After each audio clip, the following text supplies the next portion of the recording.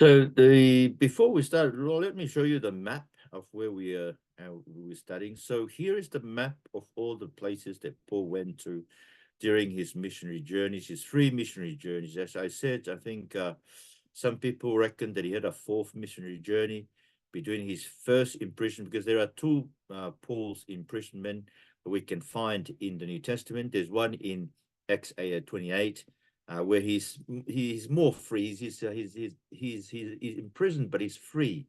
He can wander around. He can teach people. He can receive visitors. And then his imprisonment in 2 Timothy 4 is more a strict imprisonment.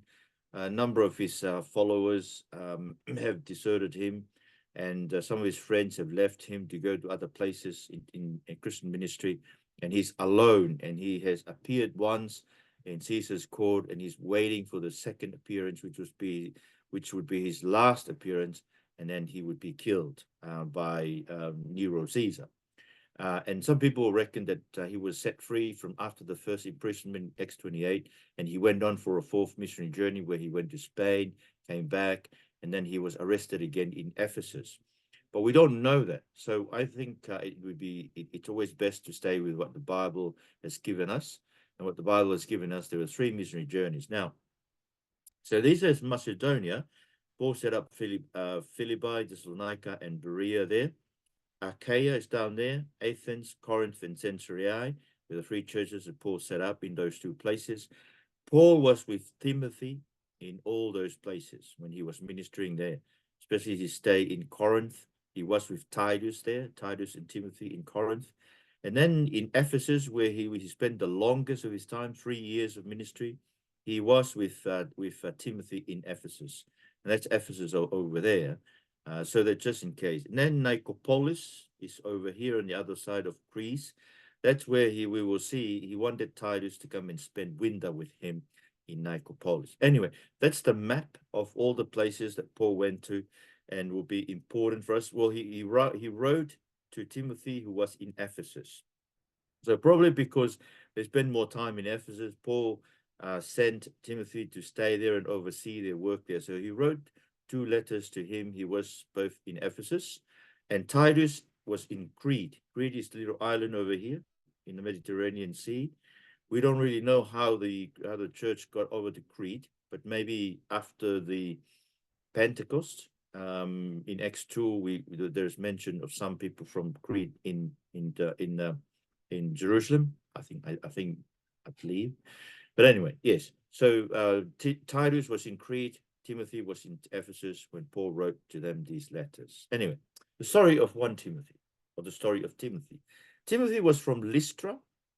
If we go back to the map, Lystra is here, part of Galatia. Remember Galatia? Galatia is this whole district here, including Pisidia, Pamphylia, Cilicia. Galatia North is up there, but Galatia South, that's where the letter to the Galatians was written. Okay? So he was a disciple from Lystra and met Paul and Silas during the 2nd missionary journey. So in Acts 16, 1 and 2, he's recommended by the believers. Paul went to Derbe and Lystra, where there was a disciple named Timothy, the son of a believing Jewish woman. We know that his name is Eunice, but his father was Greek. We don't really know his name. The brothers and sisters at Lystra and Iconium spoke highly of him.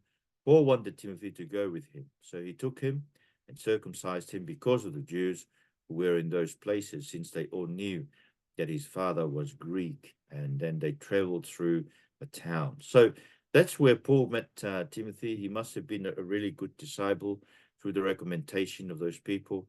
And Paul got him on as a son in Christ, and he proved to be a very faithful son in Christ, connecting the first generation, Paul the apostle, and his generation to the 2nd and 3rd generation of Christians.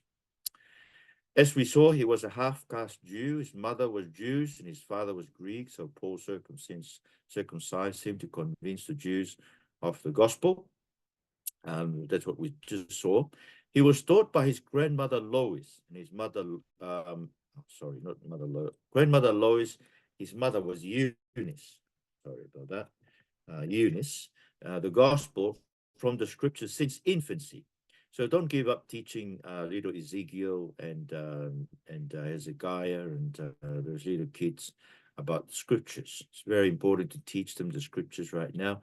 Even Alea, teach them the scriptures now, so that when they grow up, they won't leave. It's been proven statistically that hardly any of those people leave the church when they're being brought up to know the scriptures. And that's the case with Timothy. Paul wrote to him and said, I recall your sincere faith that first lived in your grandmother Lois and in your mother Eunice, and now I'm convinced also in you. And towards the end of 2 Timothy, he said, but as for you, Timothy, continue in what you have learned and firmly believed. You know those who taught you, and you know that from infancy you've known the sacred scriptures, which are able to give you wisdom for salvation through faith in Christ Jesus. And then he said, all scriptures inspired by God. So there he is. He was brought up from infancy in the scriptures. He knew God, the God of Israel, the God of Abraham, Isaac, and Jacob. He was with Paul in missionizing Macedonia. As I mentioned to you before, Macedonia is up here, and Achaia. Achaia is down here where Corinth was. Macedonia is where Philippians and Thessalonica was. He was with Paul during the 3 years of ministry in Ephesus. So Ephesus 19:22, we saw that after sending to Macedonia, 2 of those who assisted him, Timothy and Erastus, he himself stayed in Asia for a while. So that's when he stayed in Ephesus, but sent Timothy off with his other guy, Erastus, to go off and check the other churches. He journeyed with Paul to deliver the collection to the poor in the Jerusalem churches. So in Acts 20, he was with Paul when, remember that's when Paul reached Jerusalem and he was incarcerated, arrested, and that's when he was imprisoned for the rest of his life. So after the uproar was over, Paul sent for the disciples, encouraged them, after saying farewell, departed to go to Macedonia. When he has passed through those areas and offered them many words of encouragement, he came to Greece and there stayed 3 months. The Jews plotted against him when he was about to set sail for Syria, and so he decided to go back through Macedonia. He was accompanied by Sopater, son of Barras, from Berea, Aristarchus and Secundus from Thessalonica, Gaius from Derbe, Timothy and Tychicus and Trophimus from the province of Asia. So you see that he was accompanied by those people. He was with Paul during all his imprisonments and joined him in writing all the letters during his imprisonment. Remember the letter from prison is Philippians, Colossians, and Philemon. Timothy was there with Paul. Paul and Timothy, that's the beginning of Philippians, servants of Christ Jesus. And when you go to Colossians 1:1, it's just the same. What's happening there? Paul, an apostle of Christ Jesus by God's will, and Timothy, our brother. That's to the Colossians. And then to Philemon is the same. Paul, a prisoner of Christ Jesus, and Timothy, our brother. So he was with Paul in his first imprisonment, in the Acts 28 imprisonment, but also he wrote to him to come to him, to Timothy to come to him in his second and last imprisonment in 2 Timothy 4. Paul must have told him to stay on in Ephesus and oversee the house churches there, because that's what we find in 1 Timothy 1:3. I urge you when I went to Macedonia, remain in Ephesus so that you may instruct certain people not to teach false doctrine. We'll see that later on. Paul wrote to him in 2 Timothy to come quickly and join him since most people have left him. So 2 Timothy 4:9, make every effort to come to me soon. So he wants him to come to him soon. And then in verse 21, there he says, make every effort to come before winter. Eubulus greet you, as do Pudens, Linus, Claudia, and all the brothers. So basically, the letter of 2 Timothy is to ask him to come to Paul before winter because it'll be cold, to bring the coat that he left. It was a warm coat that he left with Gabus in Troas. So he's meant to bring that to him. Timothy was imprisoned himself. Beware, this is Hebrews, the end of Hebrews. be aware that our brother Timothy has been released. So he must have been in prison, and he's now released.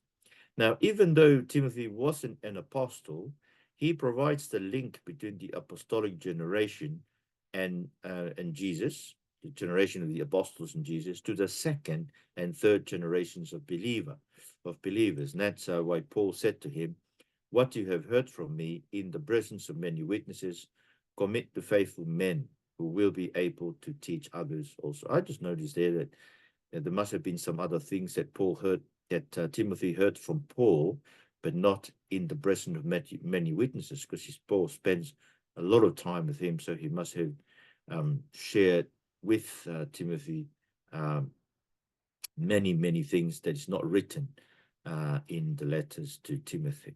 Now, the date of 1 Timothy. So that's the story of Timothy. He was from Lystra.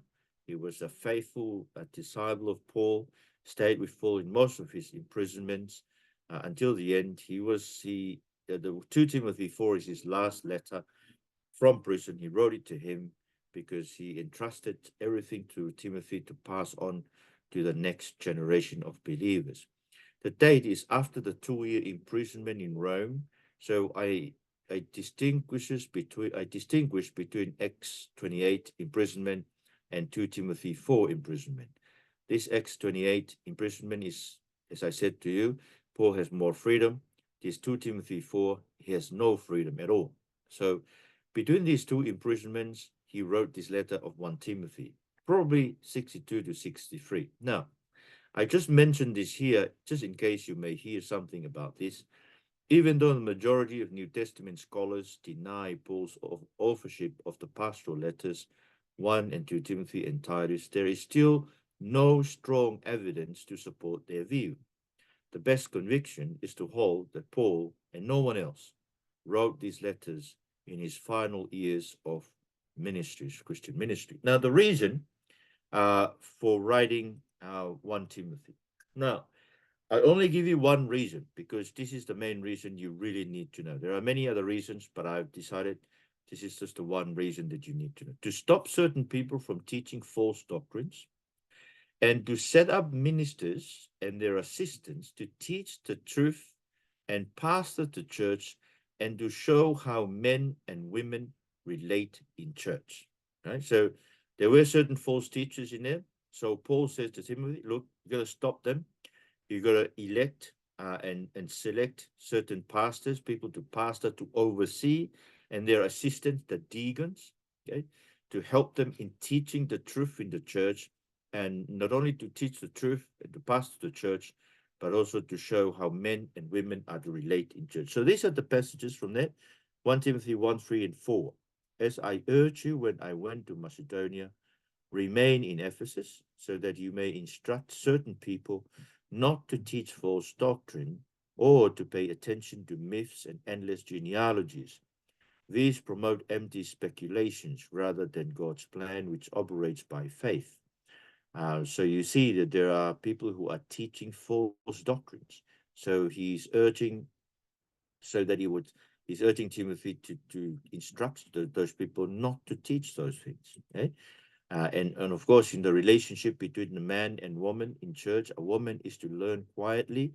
Oh, if I go up there to the men is up there in verse 8. Therefore, I want the men in every place to pray, lifting up holy hands without anger or argument. So there's the men who must be leaders in prayers, as we are emphasizing in our church.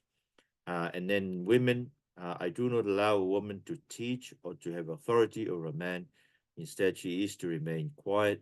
For Adam was formed first, then Eve, and Adam was not deceived, but the woman was deceived and transgressed. And then it goes on. So that's the way in which women.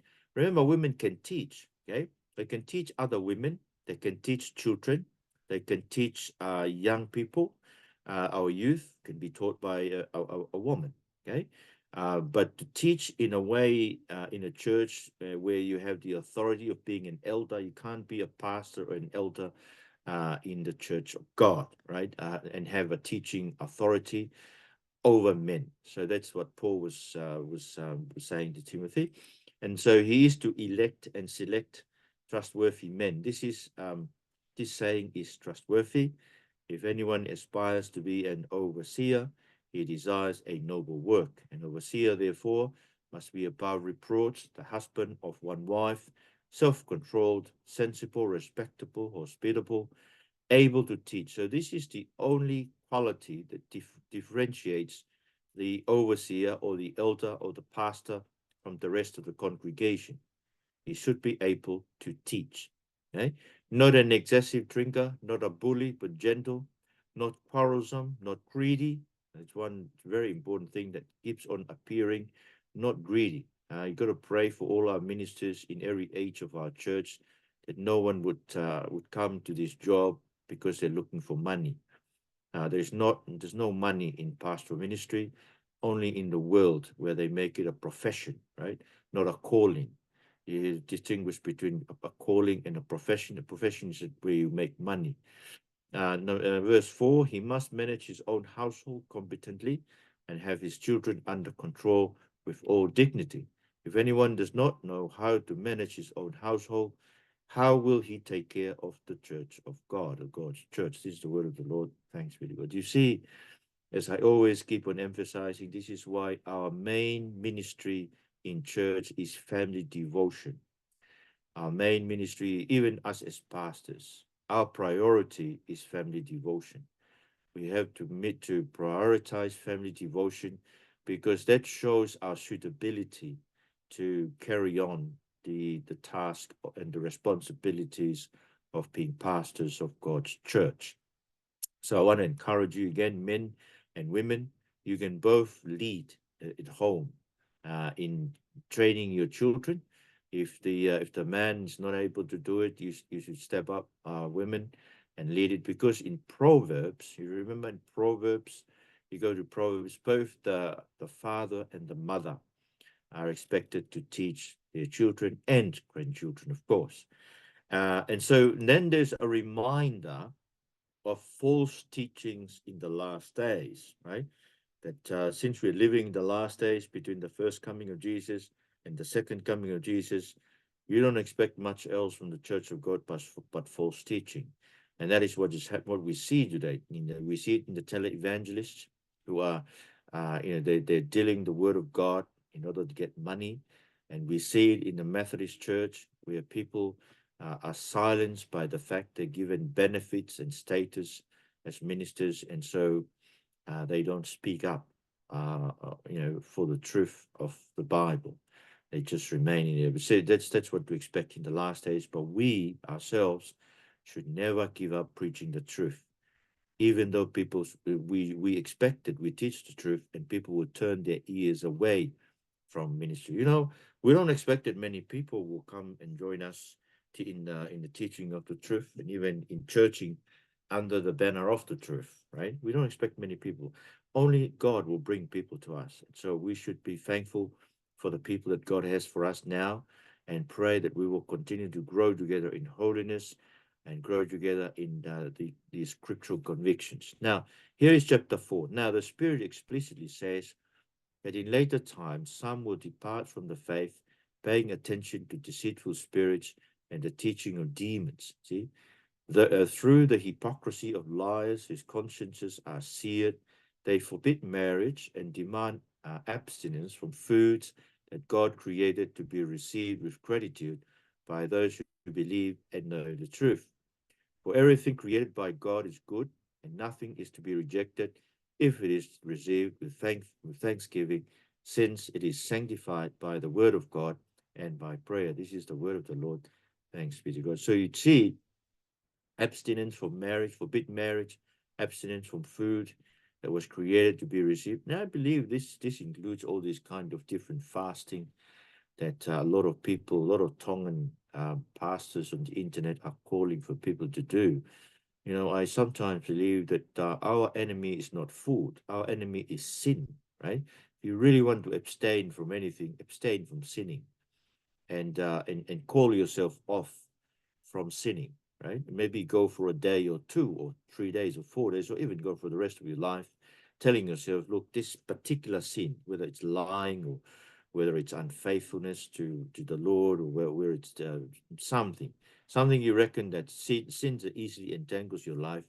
It's better to go to abstain from sinning than to abstain from food, because food is not our enemy. The evil one is our enemy, and his strength is when we are sinning, right? So to be aware of that, and then this is how he should pastor the church.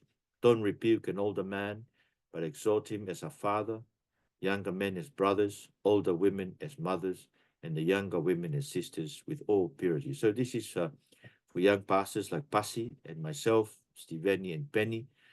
This is how we pastor the church of God, and then support widows who are genuinely in need. But if any widow has children or grandchildren, let them learn to practice godliness towards their own family first and repay their parents, for this pleases God. So there are widows in church and even ministers. He has to look after all of them to pastor the church of God. So this is the main reason, to stop certain people from teaching false doctrines, to set up ministers and their assistants to teach the truth and pastor the church, and to show how men and women relate in the church. Now, to Timothy, this letter was written between the two appearances of Paul in Caesar's court. His second was his last appearance, and that's what he mentions here in 2 Timothy 4:6. For I am already being poured out as a drink offering, and the time of my departure is close. And he said, I have fought the good fight, I have finished the race, I have kept the faith.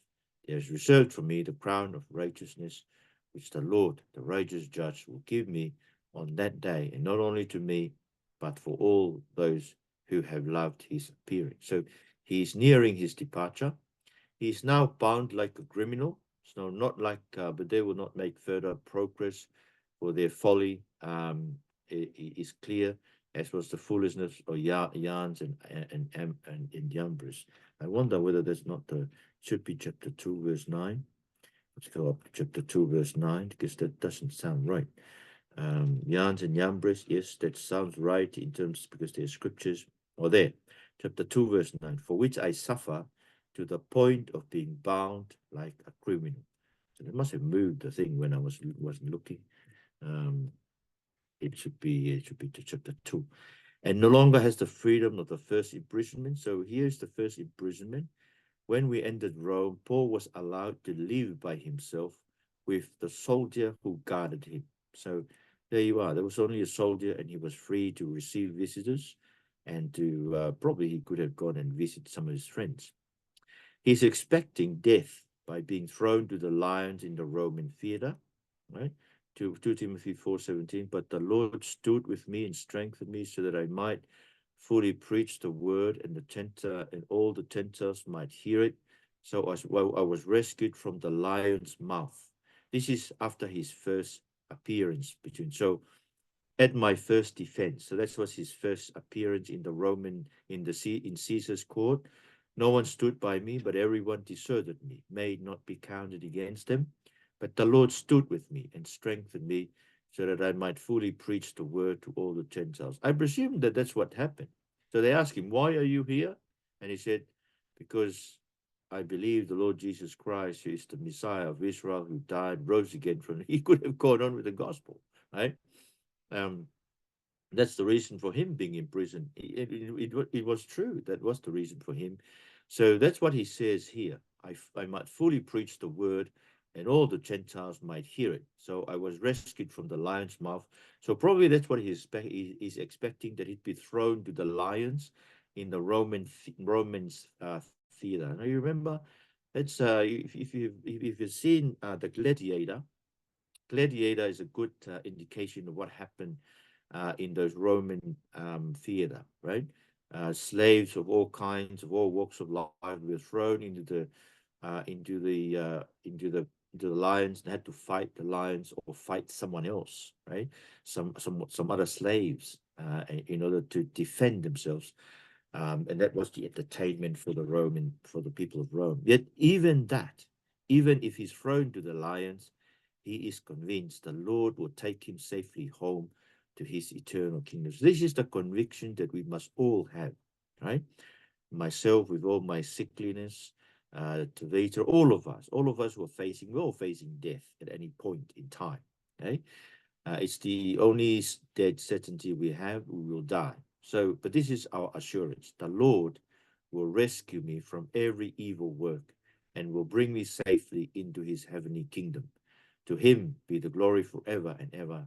Amen. What a beautiful statement! Beautiful statement. I always think about that every night when I go to bed, how the Lord will take me safely. He will take you safely as well. Whatever cancer or dialysis or diabetes or whatever they can do to our life, they cannot prevent us from entering safely the kingdom of our loving Lord and Savior Jesus Christ. So he must have written this letter about near his death, 64, 65. People say that he died at 64, so I just say 65 just in case. It must have written towards the end of his life. And the reason for writing Timothy, just one reason: to encourage Timothy and the church to stand firm in the sincere faith that was passed on to him by his grandmother and mother. Right? We saw that before. Preserving the integrity of Christian ministry, Paul's Christian ministry. Guard the good deposit through the Holy Spirit who lives in you. Okay. And then in 3:14, he says, but as for you, continue in what you have learned and firmly believed. You know those who taught you, and you know that from, and then he goes on, right? And then chapter 4, verse 2, preach the word, be ready in season and out of season, correct, rebuke, and encourage with great patience and teaching. So he is to preserve the gospel ministry of preaching the gospel and to entrust the gospel to reliable men who can teach others, right? 2 Timothy 2. What you have heard from me in the presence of many witnesses, commit to faithful men who will be able to teach others. And then to come quickly to him, for he has been abandoned by his friends in prison. So 2 Timothy 4:9, make every effort to come to me soon, because Demas has deserted me since he loved this present world. It is my prayer that none of us pastors will in the end desert the truth for the love of the present world, whatever it might be: love of money, love of a woman, love of entertainment, love of being liked by people. There's so many big things in this world that are distracting ministers away from the truth, and this is why you can see your friends across in the Methodist Church. They stay there because of the love of the world. They love this world more than they love Jesus, and that's why they are where they are. We're not there because we don't love this world. We love Jesus more than our love for this world. And has gone to Thessalonica, Crescent has gone to Galatia, Titus, Dalmatia. Only Luke is with me. Bring Mark, that's John Mark, with you, for he's useful to me in the ministry. I have sent Tychicus to Ephesus. When you come, bring the cloak I left in Troas with Carbus. So it must have been too cold in prison. That's why he's preparing him for the winter, and asking him to bring the cloak as well as with the scrolls, especially the parchments. Then he mentions some of his enemies. Alexander the coppersmith did great harm to me. The Lord will repay him according to his works. And he warns him about Alexander. But there you are. See, he's been abandoned by his friends. He's lonely in prison. And therefore he's asking him to bring the cloak. He's cold.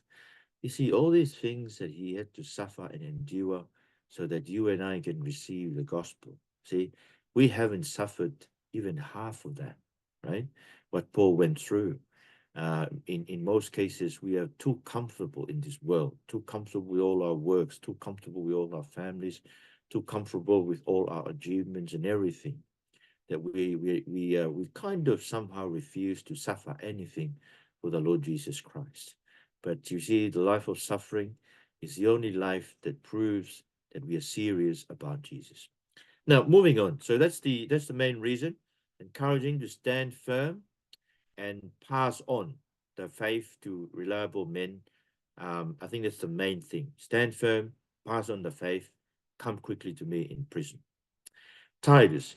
Titus was a co-worker of Paul. 2 Corinthians 8:23. As for Titus, he is my partner and co-worker for you. As for our brothers, they are the messengers of the churches the glory of Christ. So this is he had gotten Titus and some other brothers to accompany people who were taking the money from the churches all the way to him, and they were taking it all the way to Jerusalem. See, this is very, very godly in a way, because you're dealing with money, and you know that anything could result in the slandering of the word of God, right? If we the leaders of God's people will do anything bad with money, people will slander us. So this is why I refuse to handle money on my own. I would rather have people like Devita and others, Etisoni in our church, and the Setuata and our secretary to handle money for me, rather than myself dealing with it, because it's just the same principle that Paul himself did when he was sending money up to Jerusalem. So he was Paul's co-worker, Titus. He is a son, Titus, my true son in our common faith. He first appeared with Paul when he went up to Jerusalem after 14 years of ministering in Tarsus. So he may have met Paul in the church in Antioch, Galatians 2, 1 to 4. Then after 14 years, I went up again to Jerusalem with Barnabas, taking Titus along also. So he was in Corinth with Paul during his his 1.5 years of ministry there. So 2 Corinthians 7:6. But God, who comforts the downcast, comforted us by the arrival of Titus, not only by his arrival, but also by the comfort he received from you. So he then, when he was in Ephesus, he sent Titus back to the Corinthians just to see how they're going. And then he came back with some good news.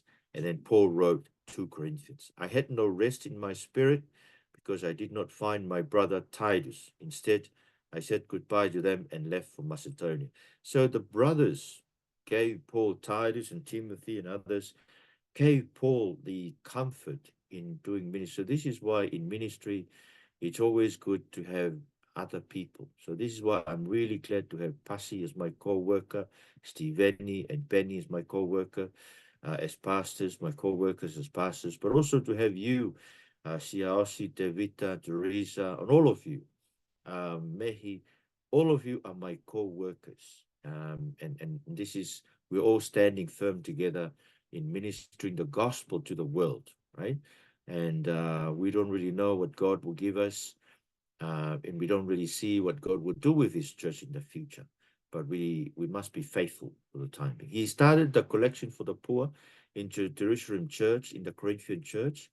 So we urge Titus that just as he had begun, so he began the collection in the church of in the Corinthians church, so he should also complete among you this act. So Paul is asking Titus to go back and finish off making the collections so that he will take it to the church in Jerusalem. He was with Paul during his last imprisonment in Rome. Paul mentioned it, I just read it before. Demas has deserted me since he loved this present world and has gone to Thessalonica. Crescens has gone to Galatia, Titus to Dalmatia. Now, I presume that Crescens has gone to Galatia, Titus to Dalmatia. They go because of the ministry, not because they love the world. Otherwise, Paul would mention it. The date of writing Titus. I think he wrote Titus between 1 Timothy and 2 Timothy. Again, this letter was written close to the time of the writing to Timothy after the first Roman imprisonment, and probably before 2 Timothy, for he is expecting to meet Titus in Nicopolis. That's one of the cities I showed you. If I go back to our map, it's just here on the western side of Greece. Must have been a very nice place. I've seen the pictures of it for holiday. He meet Titus in Nicopolis for winter. That's what he said here in Titus 3:12. When I send Artemas or Tychicus to you, make every effort to come to me in Nicopolis, because I've decided to spend the winter there. So probably 62 to 63. So after he wrote 1 Timothy, then he wrote to Titus. Then when he was in prison, knowing that he will die, he wrote to Timothy, his last letter to his faithful brother and son in the Lord, Timothy. The reason for writing Titus, again, I'm giving you just one reason. to appoint church ministers in the church who are able to teach sound doctrines and to refute those who contradict them, so they can silence many rebellious people who are ruining the church, teaching what they shouldn't in order to get money dishonestly. So you see, this is why I mentioned greediness before, because a lot of people are doing Christian ministry today out of greediness. How do we know that? We know that because they hardly speak up against the church, the Methodist Church, speak up for the truth, right? They want to remain there because they're doing it for money. So they are teaching false teachings, right? That's what they're doing. Well, they may say to us they don't believe what the church is believing, but the reason why they stay there is because they agree with what the church is teaching. Okay. So Paul is wanting Timothy to silence those people who are teaching doctrines, to get money. So here is what he says by electing, and he wanted to elect ministers, right? And to appoint church ministers in the church who are able to teach sound doctrines and to refute those who contradict them, right? And those who contradict them are those who are teaching what they shouldn't teach in order to get money dishonestly, and to reject them from the church. So here is them, they had to be rejected from the church. Reject a division person after a first and second warning, for you know that such a person is gone astray and is sinning. He is self-condemned. So Titus 1, 9 to 11, holding on, this is what a church minister should hold on to. A church minister or pastor should hold on to the faithful messages taught, so that he will be able both to encourage with sound teaching and refute those who contradict it. For there are many rebellious people full of empty talk and deception, especially those from the circumcision party. It is necessary to silence them. They are ruining entire households by teaching what they shouldn't in order to get money dishonestly. So there you see, that's the main reason for electing ministers. And it is my prayer, and this should be your prayer for us ministers, that we will always stand for the truth. We will not be teaching anything for money. We will entrust ourselves in God, who will always provide more than what we need in terms of money, but to stand firm in teaching the truth. But also, he wants Timothy to ensure that the church lives their lives in such a way that God's words will not be slandered. So then Titus chapter 2, verse 5, this is talking about the men of the church. The men should be self-controlled, pure workers the women to be self-controlled, pure workers at home, kind, and in submission to their husbands, so that God's word will not be slandered. And then again, if you go down to verse 8, he says the same thing. Your message is to be sound and beyond reproach, so that any opponent will be ashamed because he doesn't have anything bad to say about us. This is the word of the Lord. Thanks be to God. So you see that this is the reason why he's writing to Timothy. Choose some ministers who will be teaching the truth, be able to refute those who are contradicting it, because there are false teachers who are teaching something in order to get money. You need to set them aside from the church and quickly do this so that you come and have winter with me. That's the main message of writing Titus. Okay. Now this is our test. At the end, this is the test that I want you guys to do. So what is the main reason for Paul writing Philippians? Now let me just take you through this. So after this, then you will sit the test. Okay. Number one. So Philippians. Why did he write Philippians? To thank the church in Philippi for sending financial support for his ministry. That's the main reason. There are other reasons, but the main reason is to thank the church in Philippi for their partnership in the gospel by sending financial sponsorship of his missionary journey.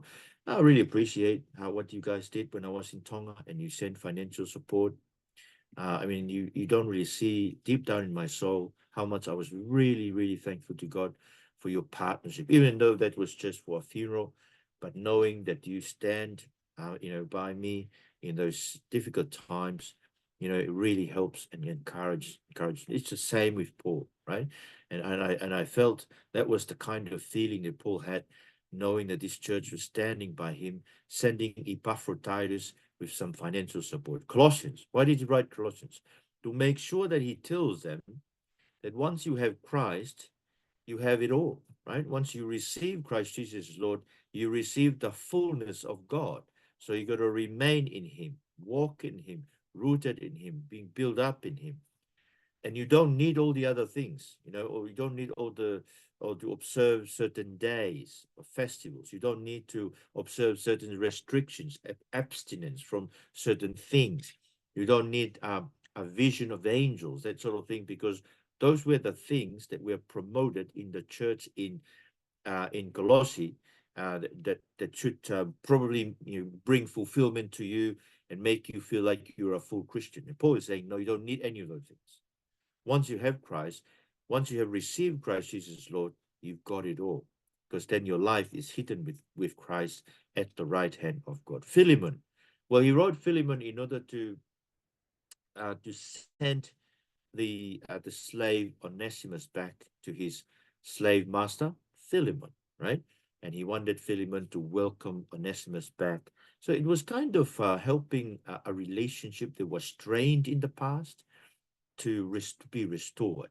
You see, now that we're reconciled to God, Paul wants to reconcile this slave Onesimus to his owner Philemon. That's what he wrote. This is why he wrote Philemon. 1 Thessalonians. Why did he write? Why did he write 1 Thessalonians? Well, he wanted to encourage the church.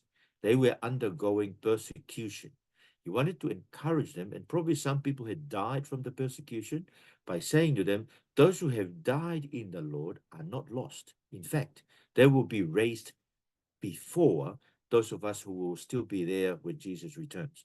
So, they were persecuted, some had died. So Paul is writing to them, look, keep growing in your godliness. That's what the basic message is, that I know that you are godly, keep growing in your godliness, okay? And don't worry about those who died because of the persecutions. They will be raised first, and all of us will be raptured to Jesus Christ. Okay.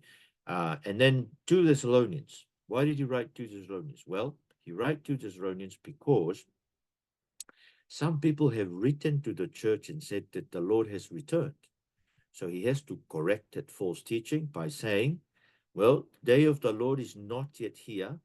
There has to be first a great apostasy, and then there will be the man of lawlessness who will appear together with Jesus. Jesus will just destroy him, and then Jesus will raise up the dead, and we will be raptured. Okay, so it was to correct that false teaching about, saying that the day of the Lord has already happened. 1 Timothy, we just said it, right? He has to correct false teaching by electing ministers. Now you see, at the end of Paul's life, now he knows that he's going to pass away. It was important to elect ministers, right? Overseers, that is elders and deacons for the church, so that to make sure that there are people there who will continue to teach the truth and silence false teachers and pastor the church, but also to show how men and women are to relate in church. The men should lead in prayer. The women should learn in quietness. Okay, that's 1 Timothy. 2 Timothy, why did you write 2 Timothy? Well, again, it's just to encourage Timothy to remain in the gospel that he's been taught by Lois, Eunice, and what he's learned from Paul. Pass it on to faithful men who will be able to teach others, and then to come to Paul quickly before winter. Right? That's just a personal part of it. And then Titus, of course, we saw that again. False teachers are again the main reason. So elect pastors, ministers who will be able to refute those who are contradicting the truth, and silence them and set them aside from the church. Make sure that the church would live in a way that doesn't bring slandering to the name of the Lord, and then come quickly to me before winter. So in all this, there is a pastoral element of writing to these people and to these churches. There's also a personal element, a reason why Paul is writing to them in a personal way. So I hope you'll be able to do this test. Father, we pray now as we finish this Paul and his letters and turn to do the test. I pray that these people will be able to do the test and send me their marks in Jesus' name. Amen. So I'll leave you there. I'll give you 5 minutes. If you had just written down what I just said there, you would have finished the test by now. But anyway, do the test. I'll give you 5 minutes and then we'll come back and we'll mark it. And then you can send me your mark, okay? So what is the main reason for Paul writing Philippians, Colossians, Philemon? 5 marks each. You just give me the one main reason. It will be 5 marks and then we'll mark it. Okay, off you go.